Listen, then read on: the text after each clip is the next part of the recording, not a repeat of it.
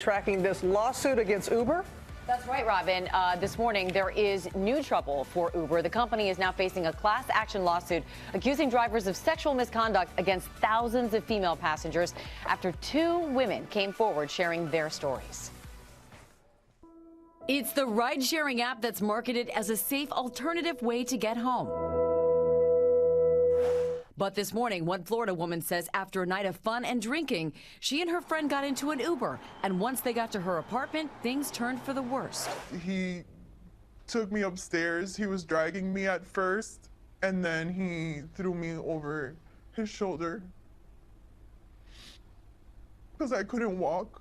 Jane Doe #1 asking us to distort her voice and not show her face.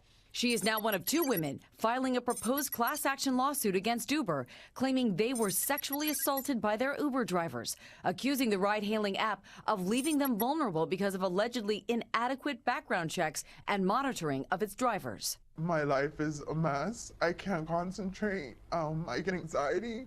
According to the police report for Jane Doe #1, the alleged suspect, Nimr Abdallah, admitted to sexually assaulting her, his case currently pending in a criminal court in Miami. And that second alleged victim, known as Jane Doe #2, speaking out about a ride she says she took earlier this year in Los Angeles. She also asked us to alter her voice and not show her face. We started on our way home. I don't really know what happened during that time. I was like in and out of consciousness, but I know that I was assaulted. I was in the backseat and I woke up and he was in the backseat. I wasn't like really in my right mind for like 2 weeks, and then I was just so afraid. The proposed class action lawsuit calling upon Uber to tighten their background checks on their drivers worldwide, alleging since the company launched, thousands of female passengers have endured unlawful conduct by their Uber drivers, including rape, sexual assault, physical violence, and gender-motivated harassment. We want the court to order that Uber disclose how many reports it has received, and then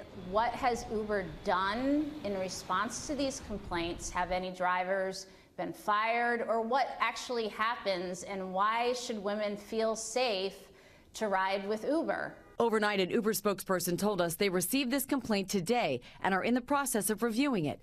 These allegations are important to us, and we take them very seriously. And Robin, we looked at Uber's rider safety guide, and they say currently they use a third-party company for background checks on its drivers, and that's going back for 7 years. Uber says that's to identify offenses and other information that could potentially disqualify drivers. That includes driving violations as well as sex-related crimes, but obviously more needs to be done, and they're working on it, they say. So much more needs to be done. Yep. You're right about that, Amy. Thank you.